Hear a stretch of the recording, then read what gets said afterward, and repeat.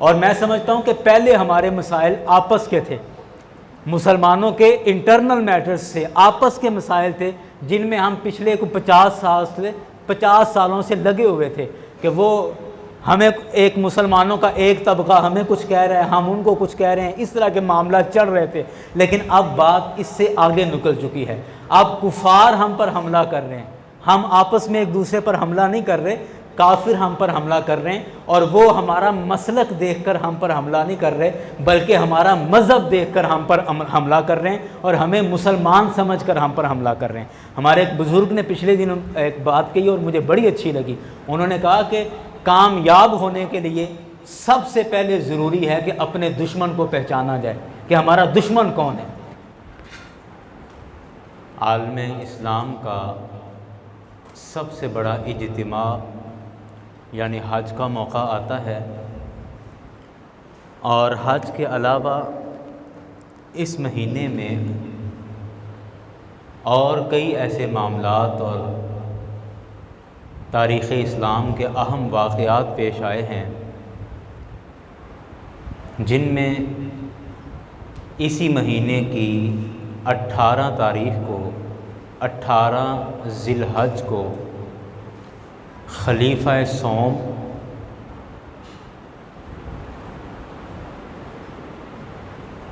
दामादे पैगंबर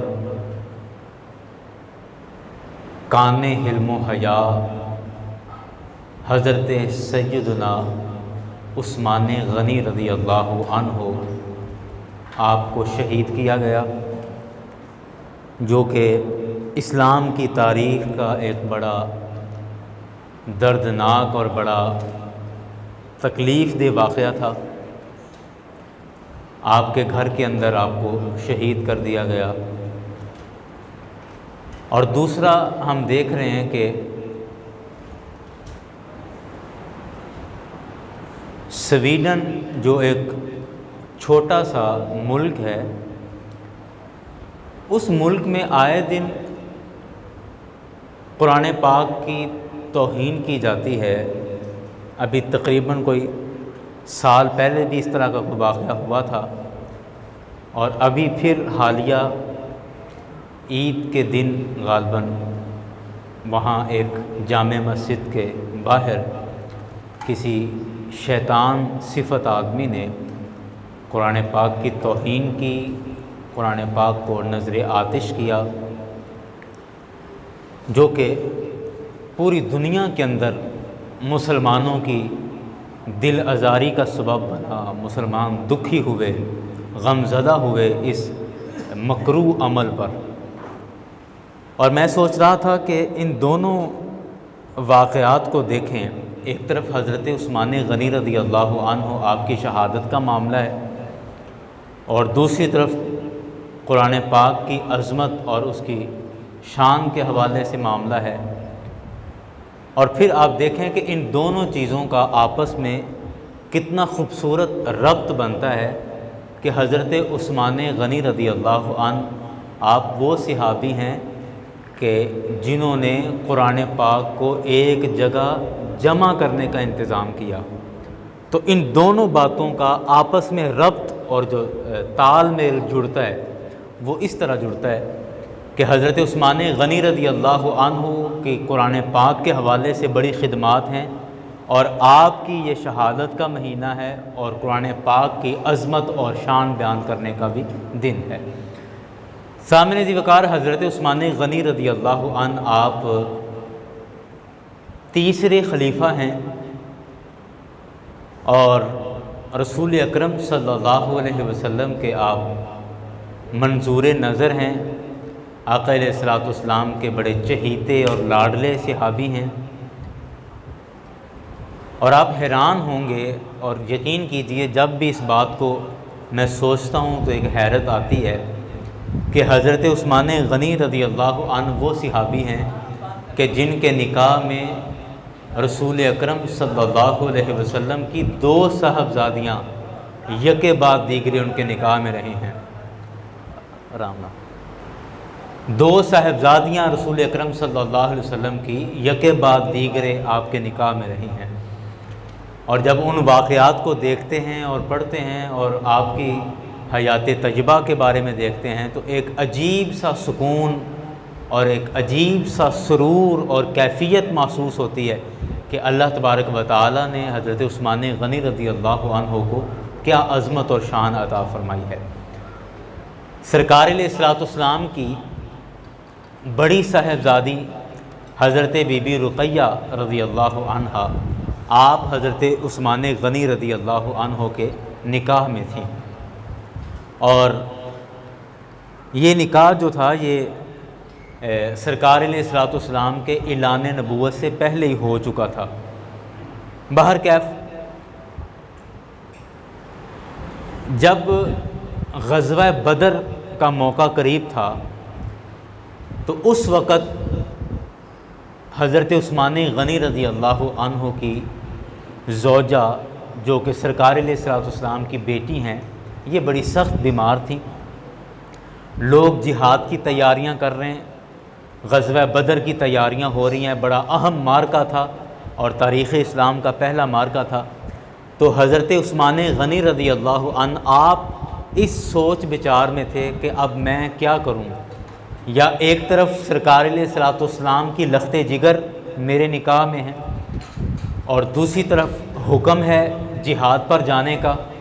तो आप इस इंतज़ार में थे कि रसूल अकरम सल्लल्लाहु अलैहि वसल्लम मेरे लिए क्या हुक्म इरशाद फरमाते हैं, मुझे घर रहने का हुक्म देते हैं या मुझे अपने साथ जाने का हुक्म देते हैं। तो जो भी हुक्म दें उस इंतज़ार में थे। रसूल अकरम सल्लल्लाहु अलैहि वसल्लम ने जब मुजाहिदीन की तैयारी का वक्त आया तो हज़रत उस्मान गनी रज़ी अल्लाह अन्हु से फ़रमाया कि ऐ उस्मान आप घर रहें, आप जिहाद में ना जाएं और घर रहें और आपकी ज़ौजा बीमार हैं और आप उनकी खिदमत में या उनकी बीमार पुरसी के लिए, उनके इलाज मुआवजे के लिए घर पर ही रुकें। हुक्म आ गया था, आप घर पर रुक गए और अल्लाह अकबर, रसूल अकरम सल्लल्लाहु अलैहि वसल्लम की निगाह नबूवत ये देख रही थी कि आगे मामला क्या होने वाला है। और हुआ भी यही कि उधर ग़ज़वा बदर हो रहा है, जंग हो रही है, इधर हज़रत उस्मान गनी की ज़ौजा आप बीमार हैं और आपकी तबीयत बेहतर नहीं हो रही, आप मुसलसल बीमार से बीमार तर होती जा रही हैं।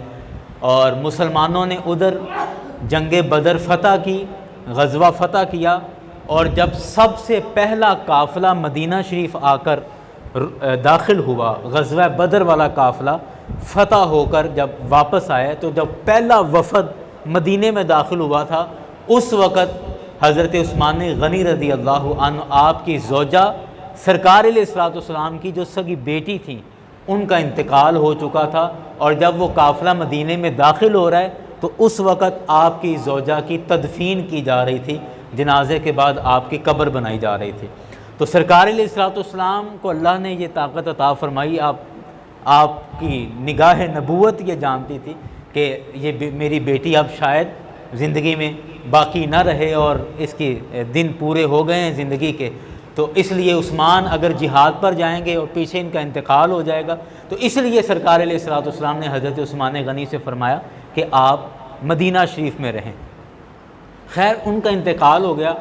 एक तकलीफ़ या एक दुख, यकीनन जिस तरह एक शोहर को अपनी बीवी के दुनिया से जाने का दुख होता है, वो दुख तो था, लेकिन इधर सिर्फ शोहर होना ही बात नहीं थी, इधर था कि जिनके निकाह में इमामुल अंबिया की लख्ते जिगर हों तो उनका जो रब्त और ताल्लुक़ बना हुआ था सरकार अलैहिस्सलाम से।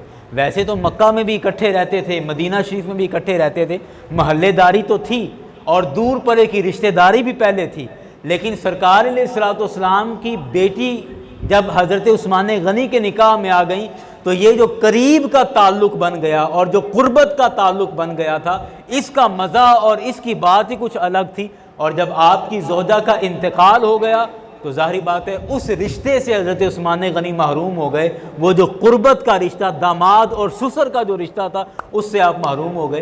तो यकीनन इसका एक गम और दुख, इसका एक आम दुखों से बहुत ज़्यादा था।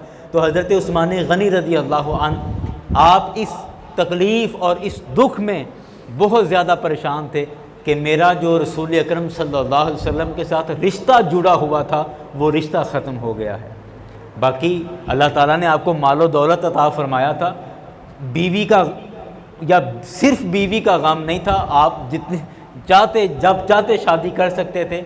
अमीर आदमी थे, मालो दौलत से अल्लाह ने नवाजा था, तो शादी करना कोई मसला नहीं था उनके लिए। लेकिन सिर्फ परेशानी ये थी कि मेरा जो रसूल पाक सल्लल्लाहु अलैहि वसल्लम से रिश्ता जुड़ा हुआ है ना, वो रिश्ता ख़त्म हो गया मेरी बीवी के फ़ौत हो जाने से। अल्लाह अकबर। और फिर देखें कि रसूल अकरम सल्लल्लाहु अलैहि वसल्लम ने कितना करम फरमाया कि जब हज़रत उस्मान गनी को ख़ुद मना किया कि आप ग़ज़वा बदर में ना जाएँ बल्कि मदीना शरीफ रुकें, और जब ग़ज़वा बदर से लोग वापस आए, माले गनीमत तकसीम हुआ, तो जितना माले गनीमत का हिस्सा जंग में शिरकत करने वाले को मिला, उतना ही हिस्सा मेरे आका ने हज़रत उस्मान गनी को भी अता फरमाया। और सरकार ने फरमाया कि जितना एक मुजाहिद को या जंग में शामिल होने वाले को माले गनीमत का हिस्सा मिलेगा, उतना ही उस्मान गनी को भी मिलेगा।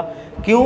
क्योंकि उस्मान गनी ने ख़ुद जंग से ख़ुद नहीं रुके, बल्कि मेरे कहने पर, अल्लाह के रसूल के हुक्म पर ये रुके हैं। तो इस वजह से ये ऐसे ही हैं गोया कि जंग में शामिल थे, ग़ज़वा बदर में शामिल थे, और आपको उसी तरह उसकी माले गनीमत में से हिस्सा दिया गया जितना कि दूसरे मुजाहिदों को मिला, माले गनीमत में से हिस्सा मिला। अच्छा, अब ये मामला तो हो गया, और उधर आप मुसलसल बेचैन और बेकरार थे कि मेरा रसूल अकरम सल्लल्लाहु अलैहि वसल्लम से जो एक रब्त और एक ताल्लुक़ था ना, वो रिश्तेदारी वाला ताल्लुक़, वो ख़त्म हो गया। बाकी ग़ुलामी का ताल्लुक़ तो क़यामत तक और क़यामत के बाद तक भी इंशाअल्लाह बाकी रहेगा, वो तो है, लेकिन ये वाला ताल्लुक़ ख़त्म हो गया। रसूल अकरम सल्लल्लाहु अलैहि वसल्लम को जब इस बात का इल्म हुआ, तो सरकार अलैहिस्सलाम ने अपनी दूसरी बेटी हज़रत उम्मे कलसूम रज़ी अल्लाहु अन्हा, उनका निकाह हज़रत उस्मान गनी के साथ पढ़ दिया। और पूरी तारीख़ के अंदर कभी ऐसा नहीं हुआ कि किसी नबी की दो बेटियां यके बाद दीगरे किसी सहाबी के निकाह में आई हों। ये सारे सहाबा में सिर्फ़ और सिर्फ हज़रत उस्मान गनी रज़ी अल्लाहु अन्हु, आपका ये मनसब, ये मकाम है, और आपको ये अल्लाह ने एज़ाज़ अता फ़रमाया कि इमामुल अंबिया हज़रत मोहम्मद मुस्तफ़ा सल्लल्लाहु अलैहि वसल्लम की दो लख्ते जिगर, दो बेटियां यके बाद दीगरे आपके निकाह में आई हैं। और इसी वजह से आपको ज़िन्नुरैन कहा जाता है या ज़ुन्नुरैन कहा जाता है।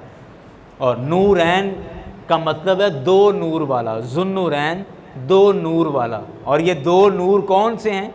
एक सरकार अलैहिस्सलाम की बड़ी साहिबजादी, एक नूर वो, और एक नूर छोटी साहिबजादी। तो ये दो नूर मेरे करीम आका की दो लख्ते जिगर, चुके यके बाद दीगरे आपके निकाह में थी, इस वजह से हज़रत उस्मान गनी को ज़ुन्नुरैन कहा जाता है कि दो नूर जो रसूल अकरम सल्लल्लाहु अलैहि वसल्लम की दो लख्ते जिगर आपके निकाह मुबारक में है। इसीलिए तो कहा कि तेरी नस्ल पाक में है बच्चा बच्चा नूर का। या रसूल अल्लाह, तेरी नस्ल पाक में है बच्चा बच्चा नूर का, तू है ऐने नूर, तेरा सब घराना नूर का। कि या रसूल अल्लाह, आप ऐन नूरे इलाही हैं और आपका बाकी सारा घराना भी नूरानी है। और इसी वजह से हज़रत उस्मान गनी को भी ज़ुन्नुरैन कहा जाता है। और फिर देखें, जब छोटी ईद के बाद मुसलमानों ने हज का इरादा किया, गालबन ये 6 हिजरी थी, सुलह हुदैबिया वाला जो सारा मामला पेश आया है, तो शवाल के महीने में छोटी ईद के बाद सब ने तैयारियां की कि हज के लिए जाते हैं। मदीना शरीफ से तैयारी करके मक्का शरीफ आना था। तैयारियां करके आए, मक्का शरीफ जब पहुंचने वाले थे तो मक्का से पहले हुदैबिया के मकाम पर रसूल अकरम सल्लल्लाहु अलैहि वसल्लम ने क़याम फरमाया और कहा कि एक दो बंदे जाएं और जाकर मक्के में जाके कुरैश मक्का से जाकर कहें कि हम हज के लिए आएँ या उम्रा करने के लिए आएँ और हमारा कोई इरादा जंग का नहीं है। ऐसा ना हो ना कि वो हम सबको देखकर या ज़्यादा लोग देखकर वो लड़ाई पर उतर आएँ कि शायद ये लड़ने के लिए आएँ। तो पहले उनको इतला दे दो कि हम लड़ाई करने के लिए नहीं आए, ना कोई जंग करने के लिए आए, क्योंकि इससे पहले ग़ज़वा बदर हो चुकी थी, तो लड़ाई तो छिड़ चुकी थी पहले। तो इसलिए थोड़ा डर था कि कहीं ऐसा ना हो कि हम सारे मक्का में दाखिल हों उम्रे के लिए और मक्के के काफिर हम पर हमला कर दें कि शायद ये जंग करने के लिए आएँ। तो इसलिए पहले पैगाम भिजवाया कि हज़रत उस्मान गनी रज़ी अल्लाहु अन्हु आपको भेजा और आपके साथ एक और सहाबी को भेजा कि आप मक्के जाएं और उनसे जाके कहें कि हम इतने बंदे हैं और इस तरह हम उम्रा करने के लिए और हज करने के लिए आना चाह रहे हैं, तो अगर आप इजाज़त दें तो हम आ जाएं, हमारा किसी तरह का लड़ाई का या जंग का कोई इरादा नहीं है, तो आपको सिर्फ इतला देनी है, तो बाकी हम आना चाह रहे हैं। सारे मुसलमान हुदैबिया पर रुक गए और अपना एक वफ़द ये 2 बंदे आगे भेजे, और इन्होंने जब हज़रत उस्मान गनी रज़ी अल्लाह अन्हु, सारे मक्के वाले इनका बड़ा हया करते थे क्योंकि अच्छे कारोबारी आदमी थे, फिर मक्के के रहने वाले थे, रिश्तेदारी बरादरी तो मक्के में मौजूद थी, और फिर अच्छे खासे सरदार आदमी थे, नवाब आदमी थे, तो पहचान या एक अल्लाह ने इज़्ज़त तो दी थी। अच्छा, अब ये आके जब मक्के वालों से मिले, कुरैश मक्का से, और कहा कि इस तरह हम मैं और मेरे साहिब हज़रत मोहम्मद मुस्तफ़ा सल्लल्लाहु अलैहि वसल्लम अपने इतने साथियों के साथ हम आए हैं और बाहर हुदैबिया पर हम बैठे हुए हैं, तो आपसे इजाज़तनामा या आपको इतला देना चाह रहे हैं कि हम उम्रा करना चाहते हैं, तो आप हमें इजाज़त दें, हमारा किसी तरह की कोई लड़ाई का इरादा नहीं, सिर्फ आएँगे, उम्रा करेंगे या हज करेंगे और वापस चले जाएंगे। अब उन काफिरों को, कुरैश मक्का को गुस्सा था ग़ज़वा बदर का, कि ग़ज़वा बदर में इन्होंने हमारे 70 बंदे मार दिए, 70 को ये पकड़ के ले गए, कैदी बना लिया, तो नुकसान तो हुआ ठीक ठाक उनका। उन्होंने कहा कि मक्के के काफिरों ने कहा कि ए उस्मान, आप हमारे पुराने दोस्त हो, बचपन के यार हो, हमारे बिज़नेस पार्टनर भी हो, इकट्ठे काम भी करते रहे, सारा कुछ हमारा इकट्ठा है, तो आप आ गए हो हमारे पास, हम आपका बड़ा हया करते हैं, बड़ी इज़्ज़त करते हैं, सामने खाना काबा है, आप मक्के में आ चुके हो, आपको पूरी इजाज़त है, आप उम्रा करें, तवाफ़ करें, सफ़ा मरवा पर जाएं, मतलब जो आप करना चाहते हैं आप करें, और आपको मुकम्मल इजाज़त है। बाकी आपके जो बाकी साथी हैं या आपके नबी और आपके जो उसके सिहाबी बाकी साथियों को हम कभी भी इजाज़त नहीं देंगे, इन्होंने ग़ज़वा बदर में हमारे साथ बड़ा बुरा किया है, तो हम इनको कभी भी उम्रे की इजाज़त नहीं देंगे, मक्के में दाखिल होने की इजाज़त नहीं देंगे, तो आपको इजाज़त है, आप चूँकि आ चुके हैं तो आप कर लें। यारान गिरामी, गैरत बड़ी चीज़ होती है, गैरत बड़ी चीज़ होती है, और बाज़ दफ़ा फ़र्ज़ हो जाता है कि बंदा अपने गैरत का मुज़ाहरा करे, ईमान की गैरत का, बातनी गैरत का। गैरत बड़ी चीज़ है। हज़रत उस्मान गनी रज़ी अल्लाह अन्हु ने, आपसे बड़ा गैरत वाला कौन हो सकता था जिन्होंने तरबियत मेरे करीम आका सल्लल्लाहु अलैहि वसल्लम से हासिल की हो। हज़रत उस्मान गनी ने फरमाया कि तुम क्या समझते हो कि अपने आका के बगैर मैं इधर उम्रा करने आया हूँ, कि मैं तो अपने करीम आका के हुक्म पर उनके साथ आया हूँ, और तुम चाहते हो कि मेरे आका को रोक दो और मुझे कह रहे हो कि आ गए हो तो चलो उम्रा कर लो। नहीं, मैं उस उम्रे को क्या करूं जो मेरे मुस्तफ़ा के बगैर हो। हज़रत उस्मान गनी ने कहा कि मैं अपने, हालांकि मेरे सामने खाना काबा मेरे सामने, दिल भी करता है, खाना काबा की एक अपनी बरकत है, एक अपना नूर है, एक रूहानियत है वहाँ पर, दिल भी चाहता है, दिल करता भी है, दिल माइल भी हो रहा है, सामने खाना काबा है। वो कुरैश मक्का कह भी रहे हैं कि जाओ कर लो, तवाफ़ कर लो और उम्रा करना है कर लो, लेकिन हज़रत उस्मान गनी की वो जो गैरत थी ना, ईमान वाली गैरत, कहा कि अपने आका के साथ आया हूँ तो अपने आका के साथ ही उम्रा करूँगा, आका को छोड़कर उम्रा नहीं करूँगा। मक्के आकर मैं वापस चला जाऊँगा कि मेरे हबीब अलैहिस्सलाम जब ना आए तो मैं फिर उम्रा किस बात का करूँ। और हज़रत उस्मान गनी ने कहा नहीं, मैं ऐसे उम्रा नहीं करूँगा। अब ये बात मक्के वालों को बुरी लगी, कुरैश मक्का को बुरी लगी, उन्हें लगा कि उस्मान शायद हमारा शुक्रिया अदा करेगा कि चलो मेहरबानी, मुझे तो मौका मिल गया, बाकी चलो बाहर बैठे हैं तो बैठे रहें, मैं तो सवाब कमा लूँ ना जल्दी से। तो हज़रत उस्मान गनी से शायद उनकी ये तवक्को थी, लेकिन जब हज़रत उस्मान गनी ने ये जवाब दिया तो उनको बुरा लगा, गुस्सा आया कि भी उस्मान को चाहिए था हमारा शुक्रिया अदा करता, और ये उल्टा हमें कह रहा है कि मैं अपने आका के बगैर नहीं उम्रा करूँगा। तो उन्होंने हज़रत उस्मान गनी रज़ी अल्लाह अन्हु को पकड़ लिया, कैद कर लिया, और पीछे इतला भिजवा दी हुदैबिया पर, जहाँ बाकी सहाबा बैठे थे, वहाँ इतला भिजवा दी कि कुरैश मक्का ने हज़रत उस्मान गनी को शहीद कर दिया है, हमने तुम्हारे बंदे मार दिए हैं। ये झूठी अफवाह, झूठी खबर पीछे भिजवा दी, और इधर हज़रत उस्मान गनी को पकड़ लिया, कैद कर लिया। जब ये खबर पीछे सहाबा कराम तक पहुँची तो एक बड़ी अजीब सी कैफियत बन गई। सारे गुस्से में आए कि भी कासिद को तो कोई नहीं कत्ल करता, जंग के अंदर कत्ल गारत होती है, तो प्याम्बर को या कासिद को या मैसेंजर को तो कोई कत्ल नहीं करता, या जैसे आप कहते हैं सफारतकार, जो बंदा सफारतकारी करता है, सफ़ीर को तो कत्ल नहीं किया जाता ना, तो ये जुर्म है, पूरी दुनिया के अंदर जुर्म है। तो हज़रत उस्मान गनी की ये ख़बर जब हुदैबिया पर बाकी मुसलमानों के पास पहुंची कि उनको कत्ल कर दिया गया, शहीद कर दिया गया, तो सारे सहाबा किराम गुस्से में और रसूल अकरम सल्लल्लाहु अलैहि वसल्लम के पास आए और आके अर्ज़ करते हैं, या रसूलल्लाह सल्लल्लाहु अलैहि वसल्लम, इन्होंने हज़रत उस्मान गनी को शहीद करके इन्होंने हमारे दिलों को ज़ख्मी कर दिया है। अब हम कसम खाते हैं कि खून उस्मान का बदला लिए बगैर यहाँ से नहीं जाएंगे। अगरचे हम लड़ाई करने नहीं आए थे, हम तो उम्रा करने आए थे, हम तो अपनी इबादत के लिए आए थे, लड़ाई का कोई इरादा नहीं था। और हमने एक अखलाकन अपना एक सफ़ीर, एक कासिद भेजा इनके पास कि जाकर उनको बता दो ताकि कोई परेशानी ना हो। और उन्होंने ये कितनी गलत हरकत की कि हमारा बंदा कत्ल कर दिया, शहीद कर दिया है। तो उन्होंने कहा, या रसूलल्लाह सल्लल्लाहु अलैहि वसल्लम, हम कसम खाते हैं कि हज़रत उस्मान गनी का बदला लिए बगैर अब यहाँ से नहीं जाएंगे, मक्का जाएंगे और जिन्होंने हज़रत उस्मान गनी को शहीद किया है उनको हम वासिले जहन्नुम करके आएंगे।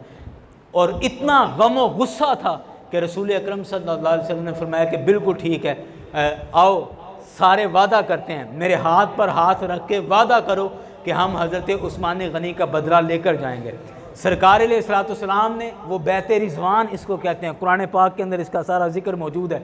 मेरे करीम आका सल्लल्लाहु अलैहि वसल्लम ने अपना हाथ मुबारक रखा, उसके ऊपर सहाबा ने अपना हाथ रखा, जी हम भी हाथ रखते हैं, सहाबियों ने हाथ रखे। मेरे करीम आका ने अपना दूसरा हाथ अपने हाथों के ऊपर रख के कहा कि ये हाथ उस्मान का हाथ है, मैं उस्मान की तरफ से भी बैत करता हूं कि उस्मान का बदला लिए बगैर नहीं जाएंगे। और इसी बैत को और इसी जज्बे को अल्लाह ने इतना पसंद किया, इतना पसंद किया कि फरमाया यदुल्लाहि फौका ऐदीहिम, कि उनके हाथों के ऊपर जो हाथ था वो अल्लाह का दस्ते कुदरत था। इतनी मुबारक बैत थी ये, जो हाथों पर हाथ रख के उन्होंने बैत की है और जो सिर्फ उस हज़रत उस्मान गनी की मोहब्बत में जो वादा किया और जो बैत की है, रब्बे कायनात को ये बैत इतनी पसंद आई, फरमाया कि यदुल्लाहि फौका ऐदीहिम, अल्लाह का दस्ते कुदरत उन सब के उन हाथों के ऊपर था। अल्लाह अकबर। यहाँ पर एक ज़हन में गलत फहमी पैदा होती है कि जब हज़रत उस्मान गनी रज़ी अल्लाह अन्हु को शहीद ही नहीं किया था और एक गलत ख़बर पहुँचाई गई थी, तो क्या अल्लाह ताला के नबी को पता नहीं चलता था कि ये गलत ख़बर पहुँचाई गई है और वो उस पर कस्में लेने लग गए और बैत लेने लग गए? मतलब ज़हन में एक बात आती है ना। तो यारान ग्रामी, आप ख़ुद सोचें कि बैत ज़िंदा की होती है कि मुर्दा की होती है? सवाल ज़हन में आता है ना कि सरकार को पता नहीं चला था कि उन्होंने उस्मान को नहीं मारा, बस गलत खबर आई है और बैत लेने लग गए, कस्में लेने लग गए सारे सहाबियों से। ज़हन में आ सकती है ना बात। तो अब आप थोड़ा गौर करें कि सरकार अलैहिस्सलाम ने अपना दूसरा हाथ ऊपर रख के कहा, ये हाथ उस्मान का हाथ है, ये हाथ उस्मान का हाथ है। और बैत मुर्दों से नहीं ली जाती, बैत हमेशा जिंदों से ली जाती है। मतलब क्या हुआ कि मेरे करीम आका को अल्लाह ताला ने ये इत्तला दे दी थी, मेरे आका को पता था कि हज़रत उस्मान गनी को शहीद नहीं किया गया, उस्मान जिंदा हैं, लेकिन बैत क्यों ली गई? लोगों का गमो गुस्सा और लोगों के जज्बात को देखते हुए कहा भी चलो तुम कहते हो तो चलो बैत कर लेते हैं, ठीक है उस्मान का बदला लेंगे हम, इस वजह से बैत ली गई। वरना मेरे करीम आका जानते थे कि ये खबर गलत पहुंचाई गई है और अल्लाह ताला ने हज़रत उस्मान गनी को महफूज रखा हुआ है। यारान ग्रामी, अजीब अजीब मोहब्बतें हैं हज़रत उस्मान गनी रज़ी अल्लाह अन्हु के साथ जुड़ी हुई हैं रसूल अकरम सल्लल्लाहु अलैहि वसल्लम की। पिछले दिनों मैं एक जगह पर गालिबन अपनी मस्जिद में या शायद इधर ही कहीं बात कर रहा था कि हज़रत अलीउल मुर्तज़ा रज़ी अल्लाह अन्हु का जब निकाह हुआ तो उसमें हज़रत उस्मान गनी का आपने किरदार देखा कि अल्लाह अकबर अल्लाह अकबर, कि जब हज़रत अलीउल मुर्तज़ा रज़ी अल्लाह अन्हु के निकाह का मामला आया ना, तो सरकार अलैहिस्सलाम ने, लंबी तफसील है मैं सिर्फ उतनी सी बात करूँगा, सरकार ने पूछा, ए अली आपके पास क्या मौजूद है निकाह के लिए, कितना माल मौजूद है, पैसे क्या है? तो उन्होंने कहा जी मेरे पास तो एक ज़ीरा है मेरी, एक मेरी तलवार है और एक मेरा घोड़ा है, ये तीन चीज़ें मेरे पास हैं और तो मेरे पास कुछ नहीं। तो सरकार ने फरमाया कि तलवार तो बहादुर की अलामत है, तो ये तो नहीं बेचनी चाहिए, घोड़ा सवारी के लिए ज़रूरी है, घर की सवारी नहीं बेचनी चाहिए। सरकार ने फरमाया तुम अपनी ज़ीरा बेच दो। ज़ीरा मतलब वो लोहे की एक जैकेट होती है जो जंग में पहनी जाती ताकि तीर या तलवार का ज़ख़म ना लगे। ज़ीरा अपनी बेच आओ, तो उससे जो पैसे आएंगे तो उससे तुम्हारे निकाह की तैयारियां करेंगे। उन्होंने कहा जी ठीक है। हज़रत अली रज़ी अल्लाह अन्हु अपनी ज़ीरा लेकर बाज़ार चले गए।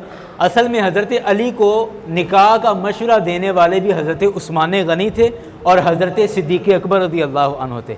इन दोनों ने हज़रत अली को कहा था कि आप से सरकार के पास जाएं और जाकर सरकार की साहबजादी से निकाह की बात करें, सरकार से, उनकी बेटी के वाले से। तो हज़रत अली कह रहे थे कि मैं तो सरकार के बच्चों की तरह हूँ, तो मुझे शर्म आती है कि मैं सरकार से इस तरह निकाह की बात करूँ। तो इन्होंने तसल्ली हौसला दे के कहा नहीं नहीं आप जाकर बात करें और कुछ नहीं होगा, हम हैं आपके साथ है, जाकर बात करें। तो इस तरह हुआ था।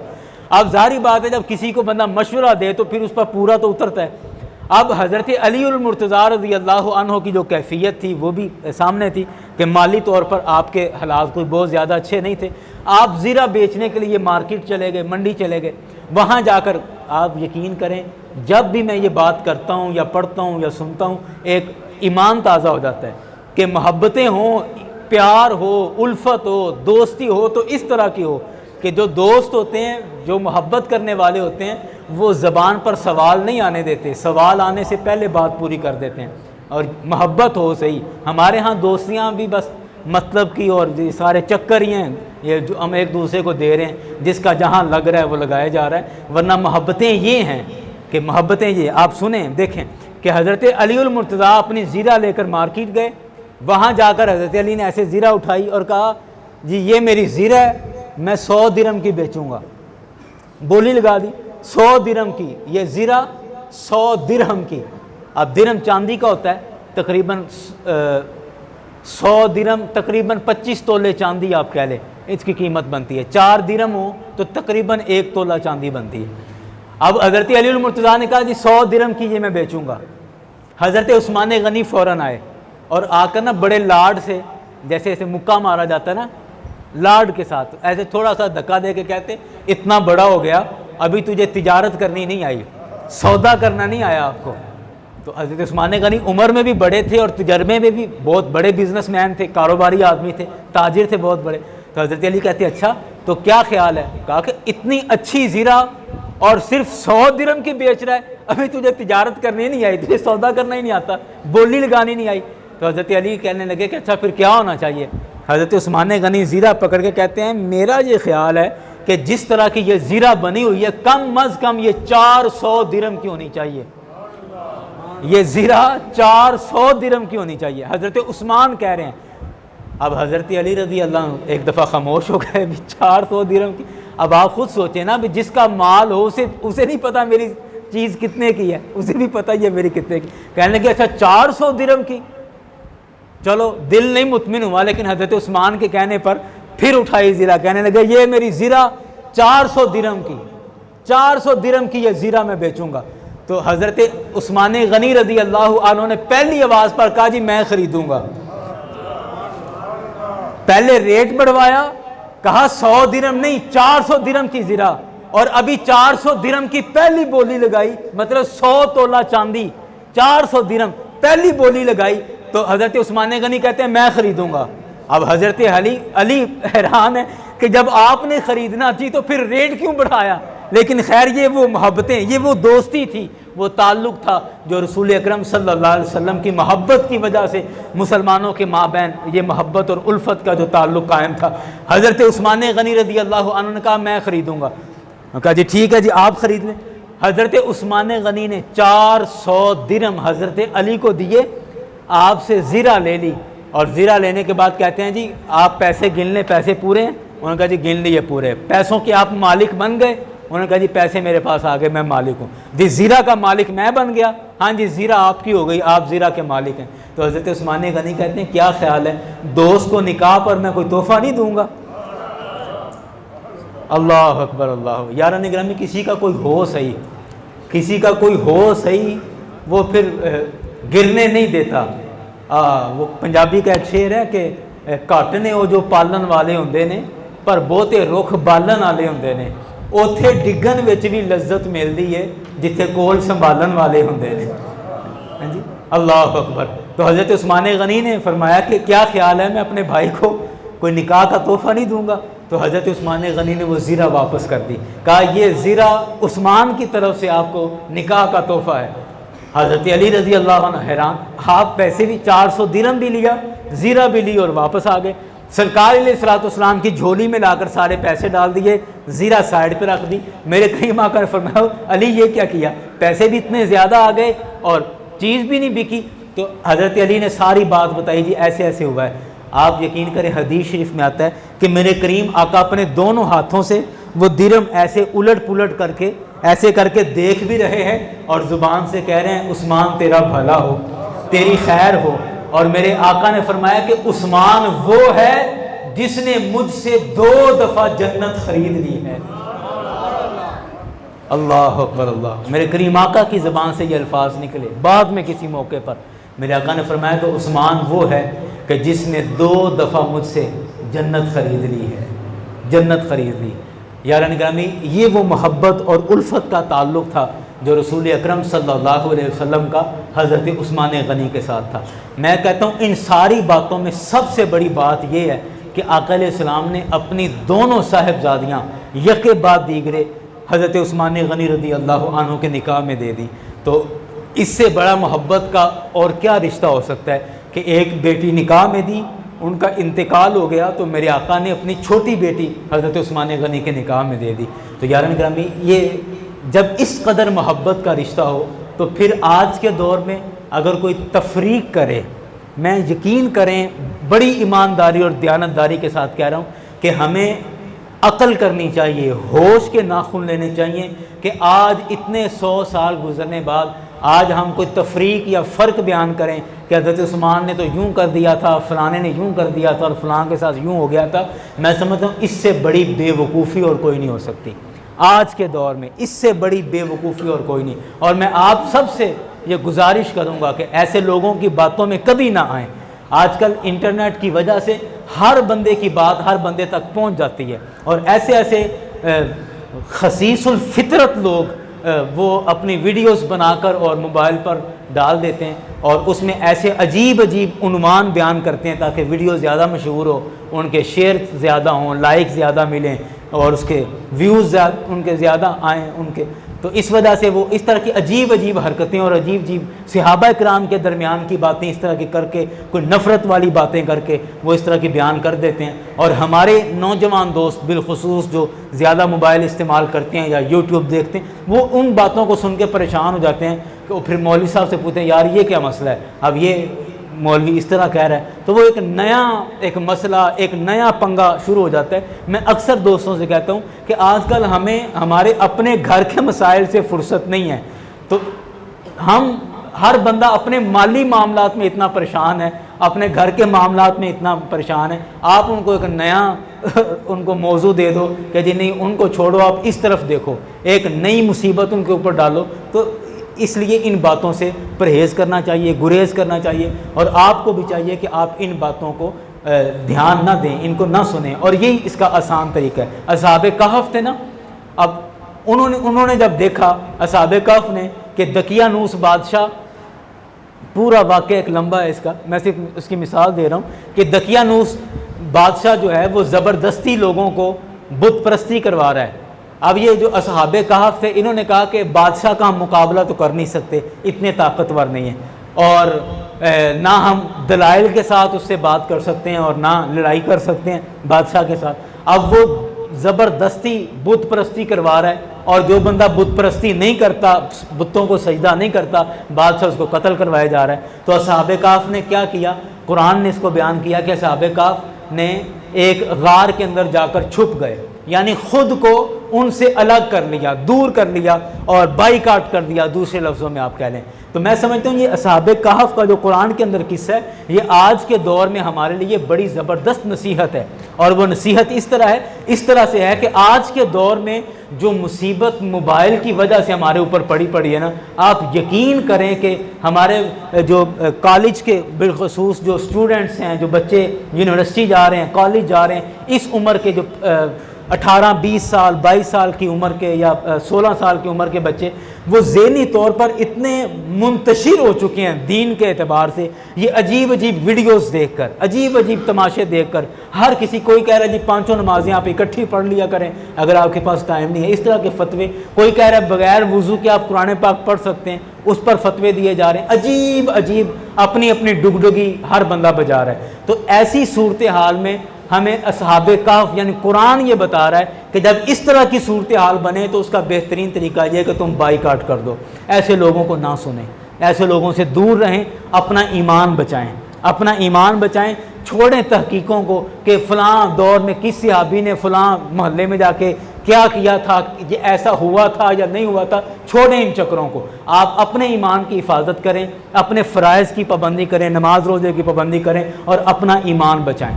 और ये सबसे ज़्यादा ज़रूरी है, इन चक्करों में बिल्कुल ना पड़ें, बाइकाट करें बिल्कुल, इस तरह की फजूल वीडियोस का किसी बंदे के भी हों, और सीधा सीधा आसान जो दीन का रास्ता है उस पर आप अपने ईमानदारी के साथ चलते रहें, अपनी इबादत, अपने मामलात पूरे रखें और यही काफ़ी है। और बाकी उन चक्करों को छोड़ दें, उलमा के लिए छोड़ दें, उलमा उनके जवाब दें ना दें वो उनके मामले हैं, हमें उन चीज़ों में नहीं पढ़ना चाहिए। मैं आखिर में ये सारी बात समेटते हुए गुजारिश करूँगा कि हज़रत उस्मान गनी रज़ी अल्लाह अन्हु, आपकी शहादत के ये दिन है और आपकी तमाम आपके कारनामों में सबसे बड़ा कारनामा आपका कुरान पाक जमा करने का था कि आपने हज़रत सैयदना सिद्दीक़ अकबर रज़ी अल्लाह अन्हु को सबसे पहले मशवरा दिया कि कुरान पाक को हम एक जगह पर जमा कर दें, क्योंकि कुरान पाक मुख्तलिफ सहाबा को याद है, हाफिज़ मौजूद हैं, लेकिन लिखा हुआ भी मौजूद है, लेकिन एक जगह पर जमा नहीं है, तो हम एक जगह पर जमा कर दें। तो मैं समझता हूँ कि आज ये कुरान पाक की जो शक्ल, ये कुरान पाक की जो हमारे सामने ये स्टाइल कुरान पाक का एक जगह पर जमा है, इसकी सबसे बड़ी तहरीक और इसका सबसे बड़ा क्रेडिट हज़रत उस्मान गनी रज़ी अल्लाह अन्हु को जाता है। आपने इतने 100 साल पहले जो आइडिया दिया, जो राय दी, उस राय ने क़यामत तक के लिए मुसलमानों को महफूज कर दिया, कुरान को महफूज कर दिया और मुसलमानों को भी महफूज कर दिया कि उनको पता है कि ये कुरान मजीद है, वरना शायद मामलात कुछ और हो जाते हैं। अच्छा, अब कुरान पाक के मामले में मैं समझता हूँ कि कुरान पाक वो वाहिद किताब है कि आज इस कदर पुरफितन दौर में भी पूरी उम्मत अगर एक जगह पर पूरी उम्मत को जमा करना चाहें तो वो सिर्फ कुरान पाक है जिस पर सारी उम्मत जमा हो सकती है। किसी भी मसलक से ताल्लुक़ रखने वाले हों, किसी भी नज़रिए के हामिल हों, कुरान पाक वो वाहिद किताब है कि जिस पर आज भी सारे जमा हो सकते हैं। और कुरान पाक पर अगर कोई हमला या अगर कोई इसकी हुर्मत पर कोई आंच आती है तो तमाम मुसलमान बुनियादी तौर पर जितने भी कलमा गो हैं तमाम मुसलमान उसका दुख और दर्द बराबर का महसूस करते हैं कि कुरान पाक के मुतालिक ये बात की गई। और मैं समझता हूँ कि पहले हमारे मसाइल आपस के थे, मुसलमानों के इंटरनल मैटर्स से आपस के मसाइल थे जिनमें हम पिछले 50 सालों से लगे हुए थे कि वो हमें एक मुसलमानों का एक तबका हमें कुछ कह रहा है, हम उनको कुछ कह रहे हैं, इस तरह के मामला चल रहे थे। लेकिन अब बात इससे आगे निकल चुकी है, अब कुफार हम पर हमला कर रहे हैं, हम आपस में एक दूसरे पर हमला नहीं कर रहे, काफिर हम पर हमला कर रहे हैं और वो हमारा मसलक देखकर हम पर हमला नहीं कर रहे बल्कि हमारा मज़हब देखकर हम पर हमला कर रहे हैं और हमें मुसलमान समझकर हम पर हमला कर रहे हैं। हमारे एक बुज़ुर्ग ने पिछले दिनों एक बात कही और मुझे बड़ी अच्छी लगी। उन्होंने कहा कि कामयाब होने के लिए सबसे पहले ज़रूरी है कि अपने दुश्मन को पहचाना जाए कि हमारा दुश्मन कौन है। मेरा दुश्मन बिलफर्ज यहाँ शफीक साहब बैठे हैं, मेरे दुश्मन अल्लाह ना करे मेरे दुश्मन शफीक साहब हों और मैं सारी ज़िंदगी सुल्तान साहब के साथ लड़ता रहूँ तो ये कामयाबी नहीं है।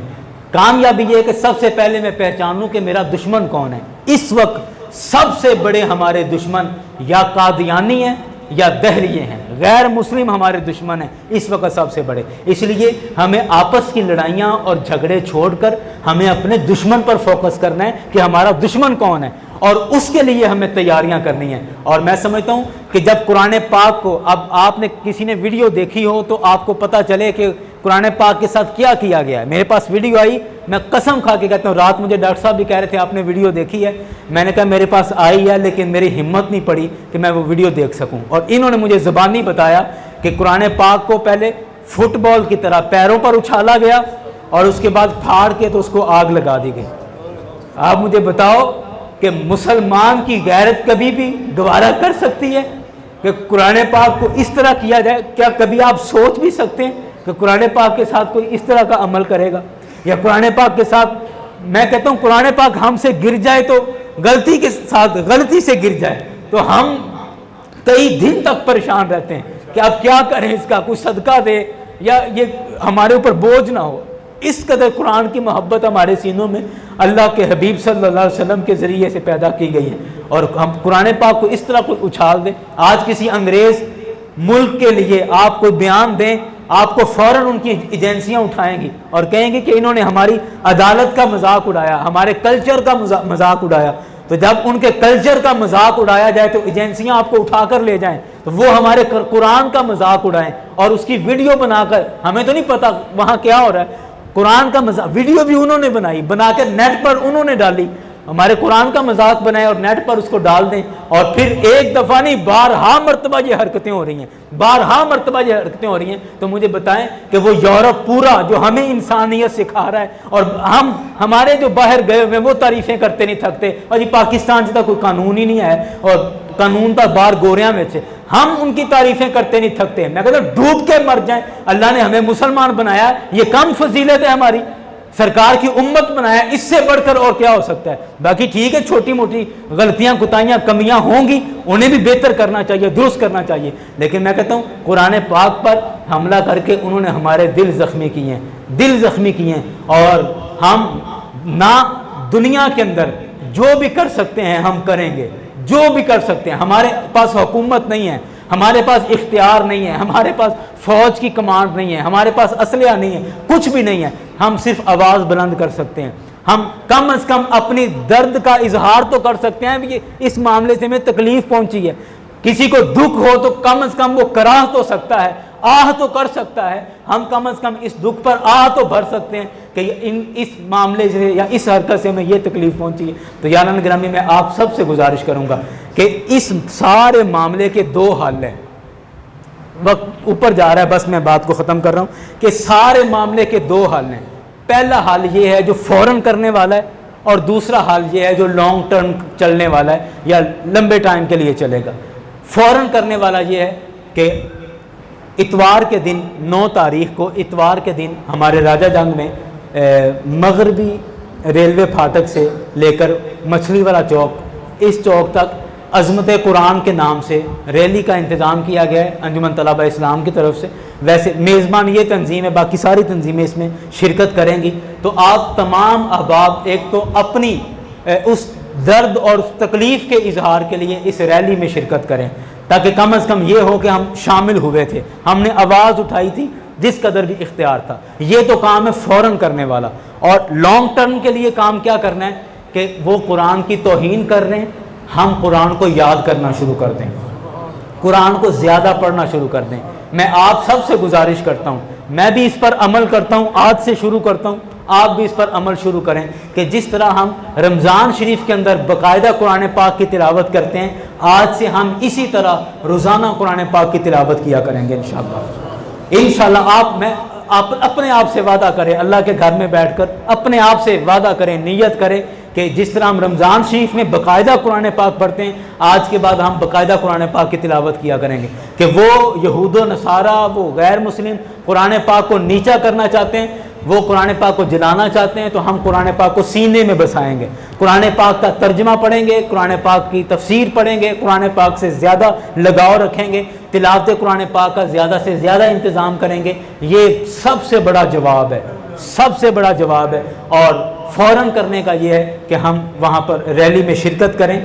और मैं अक्सर ये बात कहता हूँ, और कई दोस्त कहते हैं जी रैलियाँ काट के की होता है, एक कोई उन्होंने माफ़ी मांग लेनी है, रियाजंग जैसी रैली कटांगे तो की होएगा। मैं कहता हूँ हो सकता है कि इससे रैली से कुछ ना हो, लेकिन कम अज़ कम इतना ज़रूर है कि हमारा हिस्सा शामिल हो जाएगा।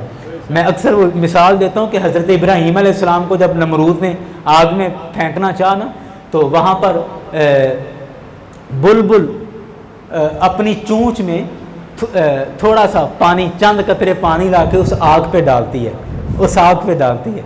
अब कहाँ वो मीलों में फैली हुई आग, और वो छोटा सा परिंदा और उसकी चोंच में थोड़ा सा पानी उस आग को बुझा तो नहीं सकता। किसी ने कहा कि तू आग, तुझे पता है कि मेरी चोंच के चंद कतरों से, पानी के चंद कतरों से ये आग बुझ जाएगी? तो उसने कहा कि मुझे पता है कि मेरे इन चंद कतरों से कोई फ़र्क नहीं पड़ेगा, कोई फ़र्क नहीं पड़ेगा, मुझे पता है। लेकिन इतना ज़रूर है कि कल क़यामत वाले दिन जब अल्लाह पूछेगा ना कि आग लगाने वाले कौन थे और आग बुझाने वाले कौन थे, तो मेरा शामिल, मेरा नाम आग लगाने वालों में नहीं आएगा, आग बुझाने वालों में आएगा। असल बात यह है कि अपना हिस्सा शामिल करने के लिए अपनी आवाज़ बुलंद करें अल्लाह करीम की बारगाह, और कुरान पाक की तिलावत बाकायदगी से करें, कुरान पाक के साथ जुड़ जाएं, कुरान पाक के साथ मोहब्बत करें। अल्लाह करीम हम सबको इस पर अमल की तौफीक अता फरमाए। वमा अलैना।